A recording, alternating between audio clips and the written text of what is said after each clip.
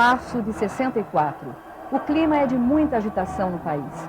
Duas grandes manifestações populares refletem nas ruas a polarização ideológica.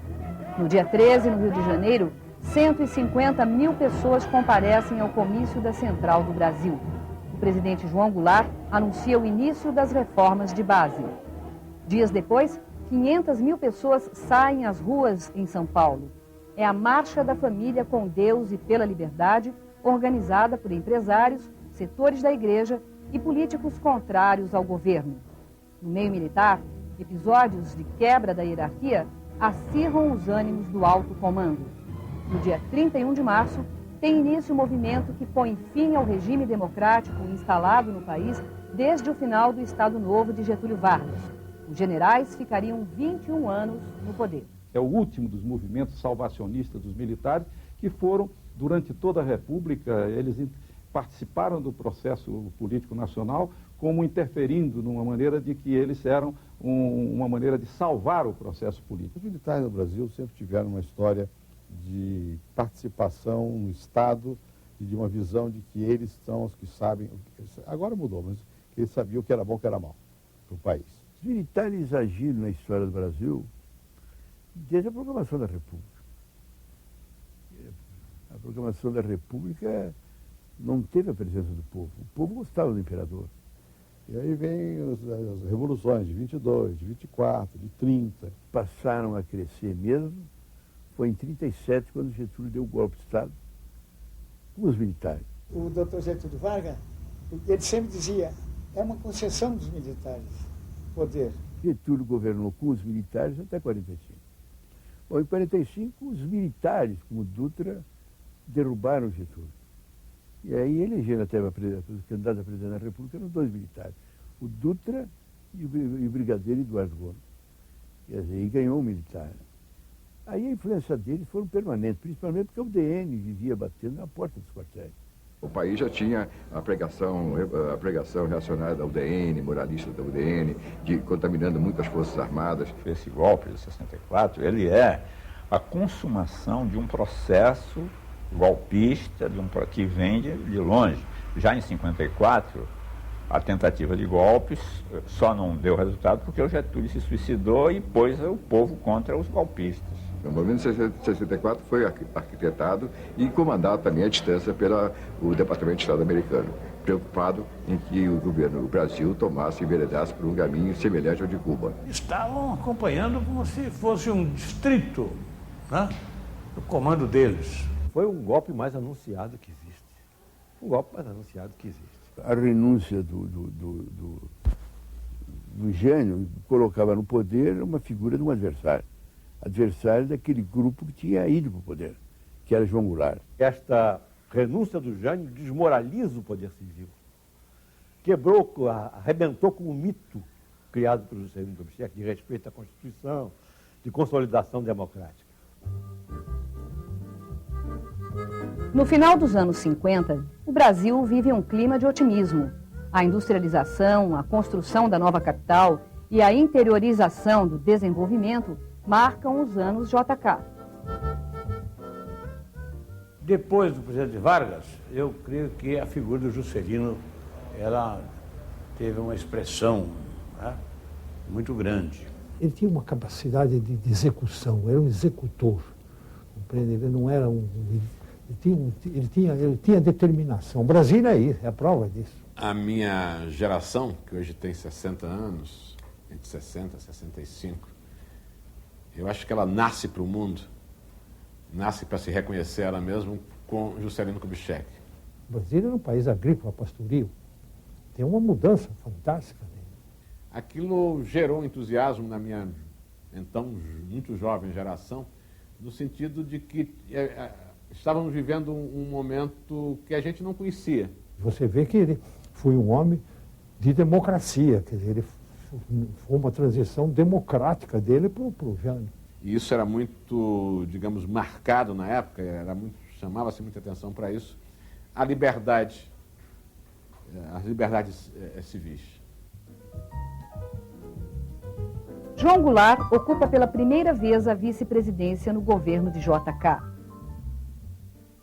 Ele foi escolhido como companheiro de chapa do Juscelino em função do que ocorreu no nosso país com a morte e o suicídio do presidente Vargas. Ele era um homem da confiança, né, do Dr. Getúlio. O Juscelino quis, né, se aproximar de toda aquela área política. O Brasil estava vivendo uma experiência nessa fase do século XX, que vai dos anos 30 até os anos 60, uma experiência muito significativa de impulso econômico. O país se afirmava. Juscelino tinha sido uma grande esperança, que realizou em parte, porque ele prometeu Brasília, fez Brasília. À custa de quê?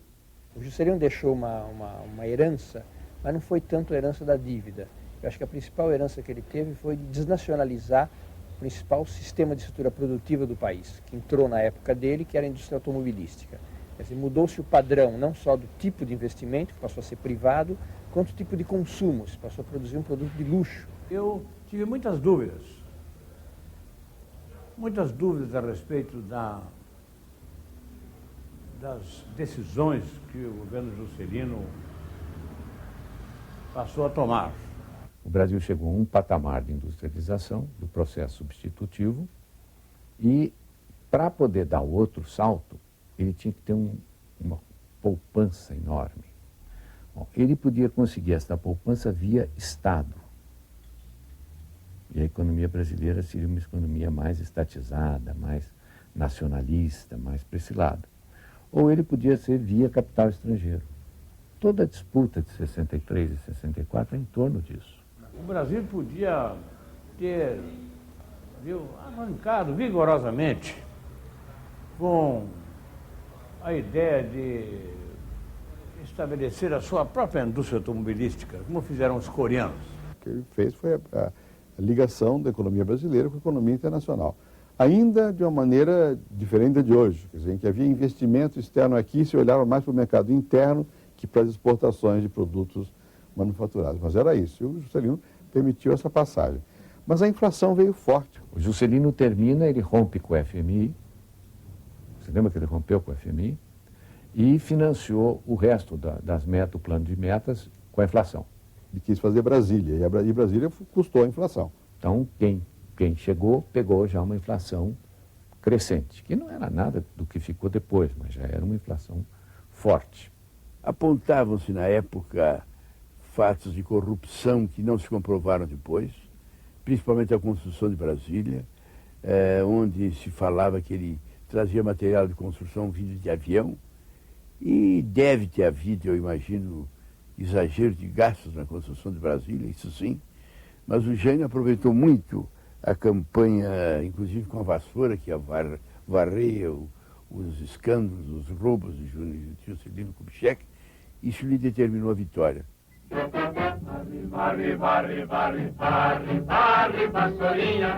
Jânio Quadros é eleito em outubro de 1960, derrotando o Marechal Lott, candidato de JK. Mas, para vice-presidente, novamente o escolhido é João Goulart, o candidato da chapa de Lott. O presidente e o vice não precisavam ser da mesma chapa. A gente votava para presidente da República e votava para vice-presidente. Então, ganhou Jânio Quadros para presidente da República e ganhou Jango, que era o vice do Lott, para vice-presidente. Quando assume a presidência, Jânio Quadros herda um país em crise financeira. A política desenvolvimentista de Juscelino Kubitschek traz o otimismo, mas também deixa como saldo a inflação em alta e o déficit no orçamento e na balança de pagamentos. Para resolver a crise, a receita de Jânio é ortodoxa: renegociar a dívida, desvalorizar a moeda e cortar subsídios. O Jânio apareceu como a salvação da pátria. Foi eleito.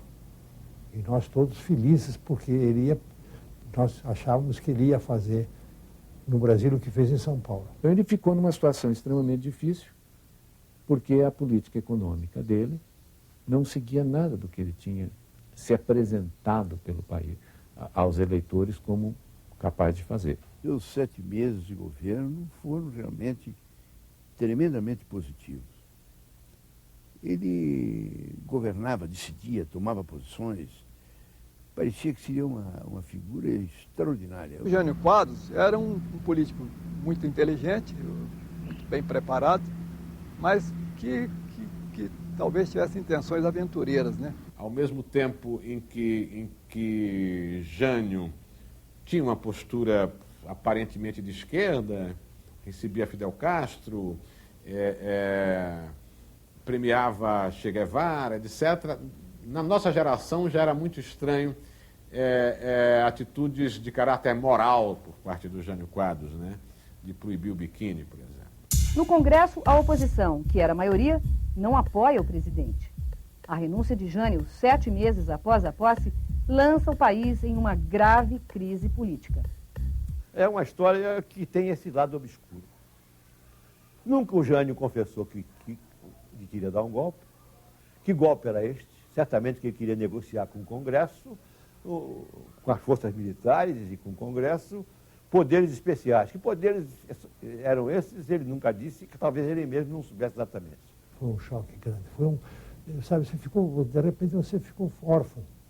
Ele renunciou à presidência, mas deixou o avião preparado, porque ele esperava que o Congresso não aceitasse a sua renúncia e pedisse a volta dele. Ele ficou na base aérea de Cumbica perguntando se as tropas já estavam na rua. Quando o Jânio pede demissão, o teatro foi atingido de uma maneira violenta. Mais violenta não era possível. Para você ter uma ideia, nós fazíamos o Beijo no Asfalto do Nelson Rodrigues, que era um sucesso inacreditável no ginásio, porque lotava diariamente, 700 lugares. No dia seguinte da renúncia do Jânio, nós caímos para 100 lugares.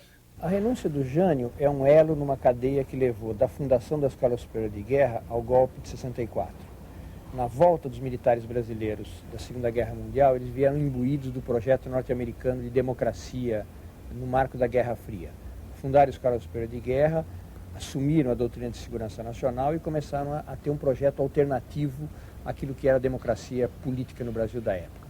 Passou pela tentativa de derrubar o Getúlio, de impedir a posse do Juscelino na eleição de 55, por tentativas de golpe menores durante o governo do Juscelino e, finalmente não, a tentativa de impedir que, com a renúncia do Jânio, o João Goulart tomasse posse. A crise da renúncia do Jânio foi um dos antecedentes importantes.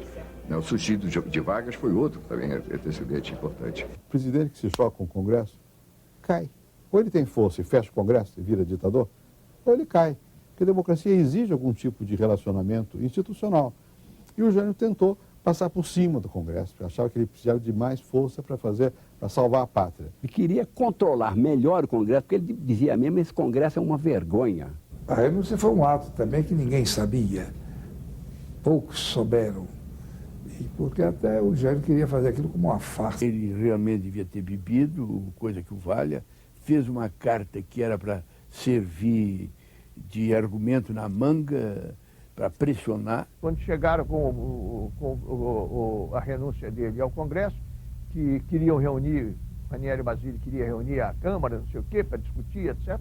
E o nosso Alckmin resumiu o negócio. Disse, olha, renúncia é um ato unilateral e irreversível. Renunciou, está renunciado. Acontece que João Goulart estava na China. Ele estava realizando uma viagem oficial em nome do governo brasileiro. Disse de uma forma generalizada que o presidente Jânio Quadros teria mandado o presidente João Goulart como vice-presidente da República para a China, um pouco para marcá-lo e para dar-se o episódio da renúncia dele, já com o vice-presidente da República muito incompatibilizado com os setores mais conservadores. Nosso partido foi quem tomou a iniciativa, num dos seus congressos, de lutar pelo estabelecimento ou restabelecimento das relações com a China. A ida do presidente João Goulart à China foi uma deliberação dele, como vice-presidente da República, ele foi convidado e foi. Depois de que ele havia assumido já as compromissos dessa viagem foi que o senhor Jânio Quadros achou de convidá-lo para uma conversa, porque as relações entre ambos já estavam bastante deterioradas. Então ele procurou incumbir ao senhor João Goulart de falar também em nome do governo brasileiro. O que aconteceu é que eles deram posse ao presidente da Câmara, Mazzilli, assumiu a presidência da República, escolheu o ministério dele e os 3 ministros militares do Mazzilli determinaram que o Jango não ia assumir e decretaram um estado de força impedindo a posse do João Goulart, tanto que ele não pôde entrar no Brasil.